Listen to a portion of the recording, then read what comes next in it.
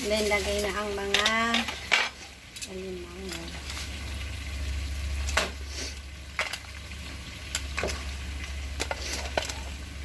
Yay! Craving satisfied.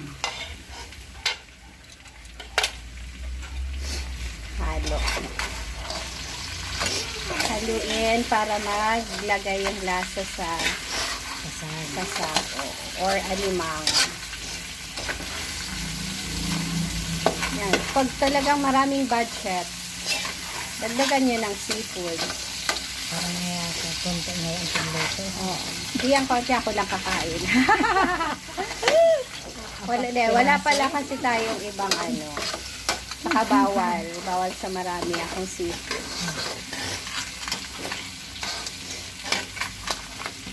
Okay. Oo.